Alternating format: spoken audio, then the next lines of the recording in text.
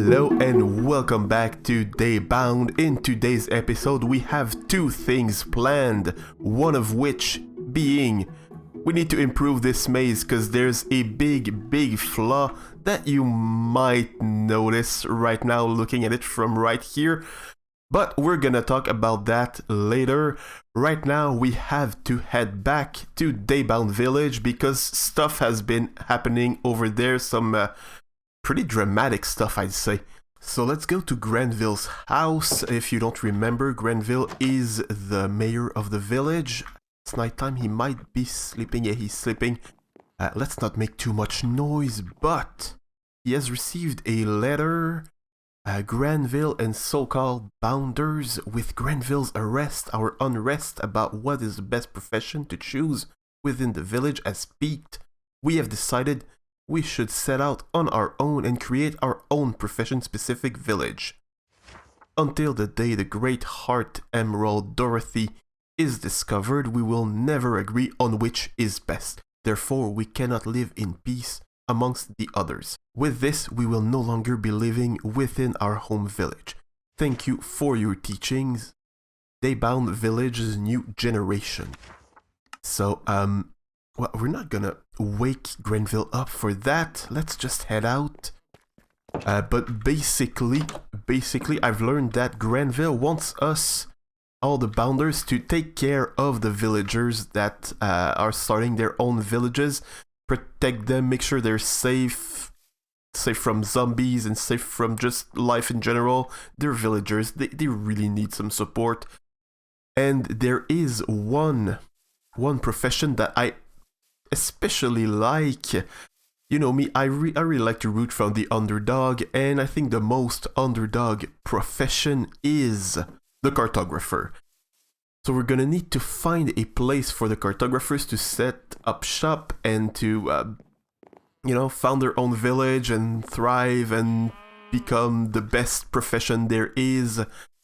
So we're gonna go ahead, we're gonna go back home to sleep the night away, and then we're gonna set up on that mission.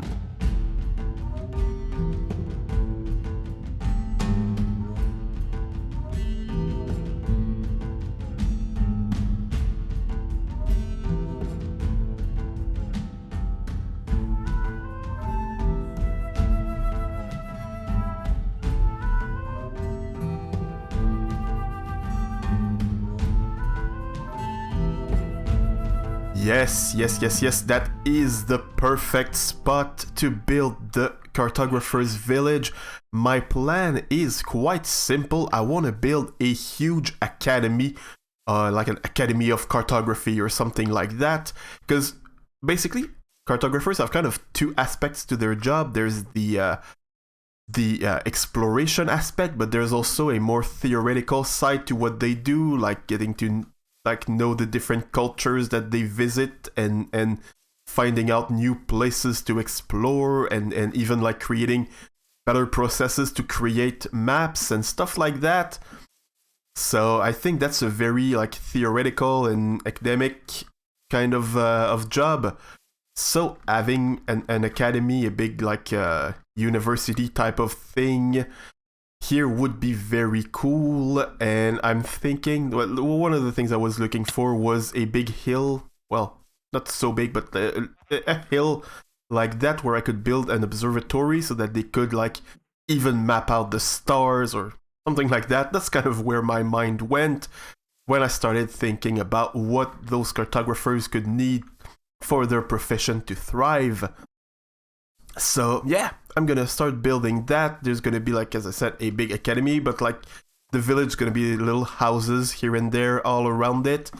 And since this hill is kind of small, I think that the main idea is to build like big platforms that could like reach even down to that hill over there. And yeah, build those houses on those platforms and have like bridges everywhere. Yeah, I got loads of cool plans for this place. So first, let's start tearing down the forest up here and clearing up that hill. Now that the trees are cut, we have a better view of the area. And, well, first of all, building on a mountain, that's not ideal. There's, like, building a house on a slope, it's always super weird. So I added in these kind of retaining walls, I think would be the right word for that. And so it allowed me to extend the flatter areas of the mountains. So yeah, we have that. Now I'm gonna add a lot more of those retaining walls all around the place. I'm also gonna flatten a lot of those little rounded hills like that here, stuff like that. I'm gonna make it a bit flatter, a bit more like easier to build on. And I also extended the little hill that we had here, so I again added those walls to make the hill bigger because I want to build an observatory on top, as I mentioned earlier, and it was way too small for my plans. But before we do any of that, I want to show you that big hole that we have around here. It's super cool. It inspired me like to build something pretty cool, I think, down here, down there. But first, let's talk about like a weird geographical anomaly, and not geographical. Anyway, there's a weird castle somewhere. If I remember correctly, it's in the Czech Republic. It's called Huska Castle, and it's a super creepy place because, first of all, it's in a place where there should not be a castle. Like, there's no reason to like build anything there. It's not close to a village to protect. It's not close to like a trade route that we need to protect.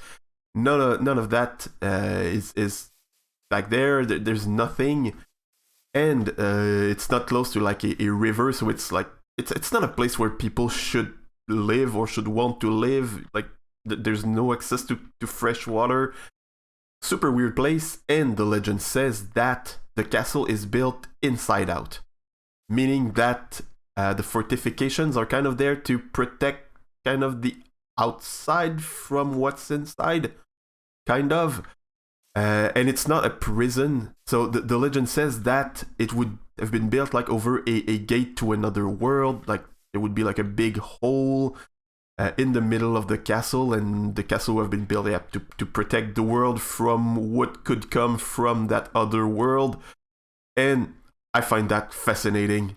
It's just so cool, and I kind of want to recreate this effect with that hole here. So of course I'm gonna dig it down a lot more, probably down to bedrock, and I want to decorate it. So if you have any suggestions of what I could do with that hole, I'll be super happy to read them. And what else? Yeah, other suggestions like stuff to build around it. So I'm thinking of like maybe a little balcony or some kind of fortification, something like that. But again, if you have any suggestions, please write them down in the comments below. I'll be super happy to read them. But that's gonna be for the future, for a plan for future aubni, because right now I want to build my observatory up here. So this is what the observatory looks like. I'm pretty happy with how it turned out. I tried to go for a kind of a medieval, well, late medieval, early Renaissance kind of feel. I think it worked. I hope it did. So yeah, pretty happy with how it turned out. So first let's head inside, because as you might hear, they were playing with the doors earlier, but we already have a few settlers here. They came here and they decided to become cartographers. They decided to explore the world, and yeah, so we have a lot of place here where they can work. We have some bookshelves when they can store all of their knowledge. So I think it's gonna be the perfect place for them, and eventually there's gonna be a lot more than just those two. Hopefully many more cartographers come here.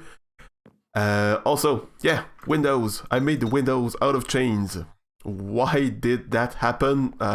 Pretty simple. I wanted to keep them safe from the zombies because they're villagers and they need to be kept safe at all times. And I didn't have anything to put in the window, so I put chains. And you know what? I kind of like it. I think it looks cool. So yeah, they're gonna stay unless there's like a huge revolt against that. Chains are gonna stay. Let's head up to the top floor, or well, to the roof of the observatory. So we have this little staircase here, which was... Well, the story behind that staircase is very simple. I forgot to plan a way to get on top here. to get to the roof, so I had to improvise a little something with those stairs. So I like the way it works, but I can understand if people don't. And yeah, if you think it looks ugly, I might work things differently. But yeah, so far I'm quite happy with that. So out there we have a little observation deck where we can see the entire region. It looks perfect. It looks splendid. I love that little place. I love this place. It's so cool. And if we head inside that little building here, we have absolutely nothing. I tried to come up with a design for a kind of a big telescope and I couldn't. I just failed. So if you have any designs for telescopes, please send them to me like via Twitter or like in the comments or stuff like that. I'm not sure. I'm pretty sure you can figure out a way to send stuff to me. Please do, because I really need to put a big telescope here. This place, it looks stupid without a telescope, basically. Oh yeah, also I decided to, instead of make it kind of a dome shape as we usually see for telescope rooms, I decided to give it more like flat surfaces everywhere, all around it. So I think it looks a bit better, like with the as I said, the late medieval theme. I think it's more era appropriate, if that makes any sense. So yeah, that's for this area here. That's gonna be it for the cartographers village for today. But before we head back to the games district to work more on the maze, as I said earlier in the episode, I met up with Hoodie and we had to make a little deal. So I'm gonna show you the clip that we recorded together. And just a fair warning, it was pretty early for me. I hadn't drank my coffee yet, so it might explain a few things that I say or don't say or do or don't do. Basically, I had no form of brain power available at that time. So yeah, please forgive me. Let's go and take a look at that. Yeah. So, I've summoned you here today because I want to make a golden deal. Yeah, awesome. How does that sound? Sounds great. Awesome. Yeah. Sounds great. Awesome. Definitely. Now, I know a few weeks back that we were discussing about the gold farm I was building, and as you can see, it's completed. Yes, and it's great.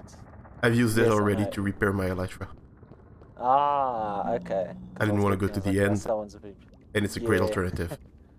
Yeah, it's actually very, very convenient as a. So I know we were talking noticed about.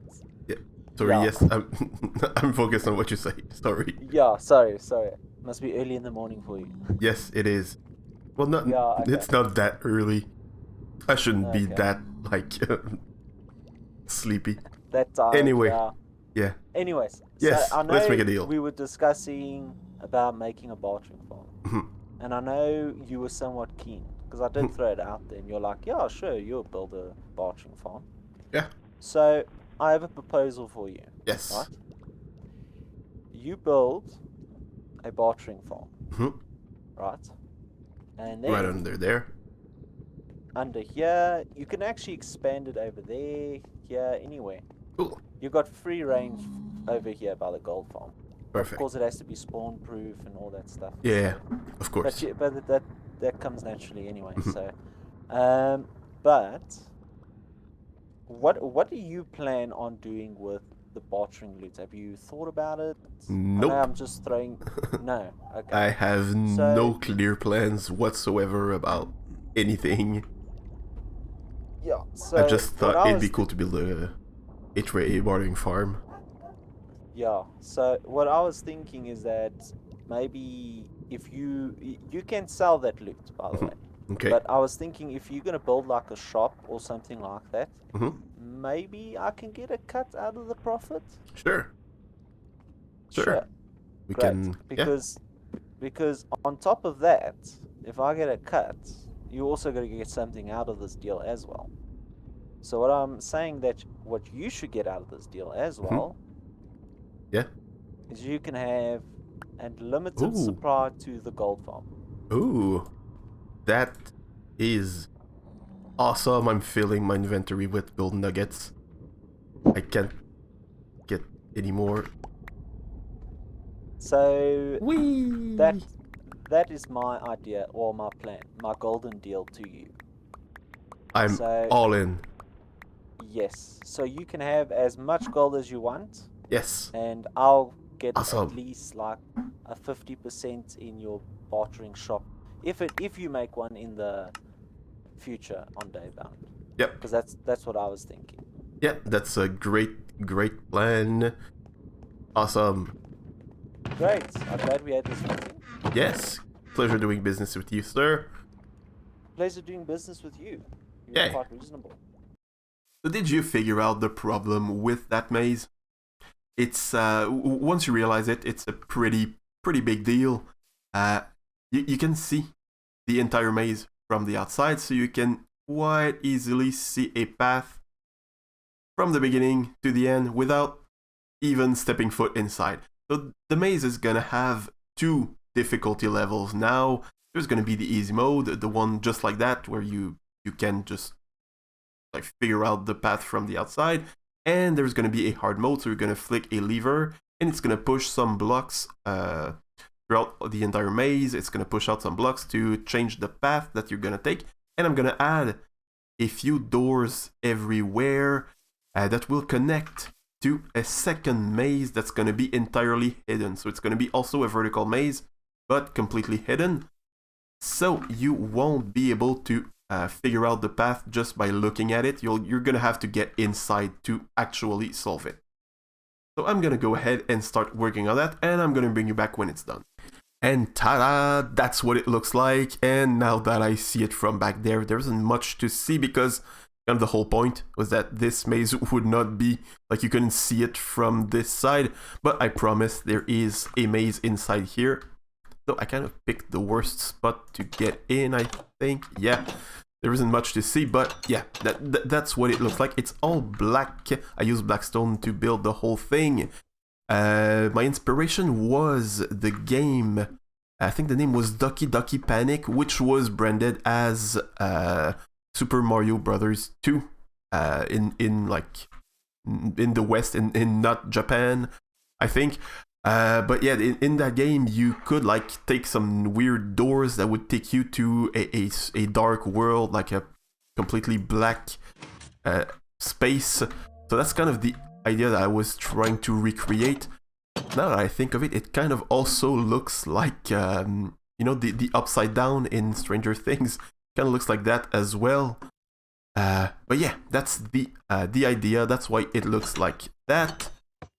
So yeah, that's pretty much it for this game here. I also added this lever here to switch from hard mode to from easy mode to hard mode. So when it's in hard mode, there are some blocks that gets pushed out. So there you go. You can see it up there. So hard mode, you have to take the doors to eventually reach the exit. And if you're playing on easy mode, you don't have to. You can reach the exit even without ever going to the dark side. And also I added some music. You probably heard it before, even though I was talking while it was playing, but just some little music indicator to show that you're playing in hard or easy mode. So yeah, that's gonna be it for this game and for this episode today. I hope you enjoyed. If you did, click on that like button, and if you did not enjoy the video, please click on the dislike button. It'll all make me happy either way. So and if you want to make me sad instead of you want to make me happy, you can click on, I don't know, well, subscribe. That would make me super sad. Yes, subscribe to make me sad. That's a good idea. That's a good way to finish the video. So thank you so much for watching and have a great day.